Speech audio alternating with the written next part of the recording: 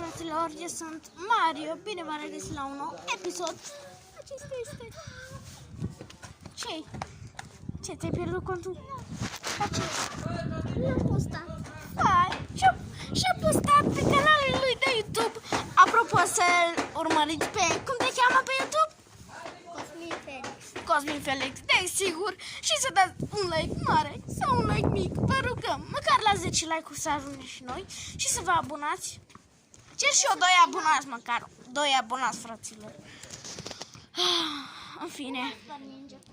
Nu mi-a spart. Mingea mi-a spartă, că sunt sărac. Sunt sărac de mor. Așa vă rog să lăsați un like. Și noi vă apreciem mult. Nu-i așa? Așa că vă rugăm. Dați un like, dacă nu vă găsiți și vă omorâm. Nu mai fac. Ok, glumesc. Nu o să vă omorâm. Doar o să vă omorâm părinții. De unde știm unde sunteți? Păi eu am GPS de ăla în care poți să găsești oameni ca să-i omori. Știți? Da. Glumesc și nu e adevărat. Tot ce zic, mint. Mint pentru că sunt prost. Nu sunt prost, ca să știți. Eu mă consider prost pentru că sunt un prost, cred. Nu, în fine. În fine. Ne suntem cei mai buni prieteni, nu-i așa? Bine. Nu la maxim. Da. Zi, de câți ani noi ne știm? Bă, dar de când aveam eu, cred că 8 ani.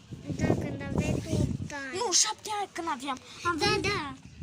Am venit aici. Și aveam 5 ani. Da. Da, și mai știi când m-am băgat la tine în piscină. Deci eu l-am văzut că era vară și m-am băgat la el în piscină.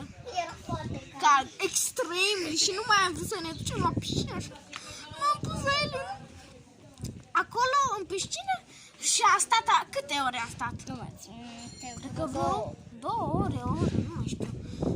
Până a început să se facă seară, pe aceea am plecat acasă. Bă, dar știi cu ce m-am băgat? Cu chiloții mei, aia normal. Că n-am mai avut costum de baie, știi? Așa că n-am. Știai că băieții au niște Biluțe? numai chiloți și ăla-i costumul de baie. Da, adică pot să țin numai chiloți, că e normal. Că n-ai ce să spui. Povestim din viața noastră. Ce suntem, Jimmy? Dar suntem Jimmy, frate. Dar nu suntem Jimmy.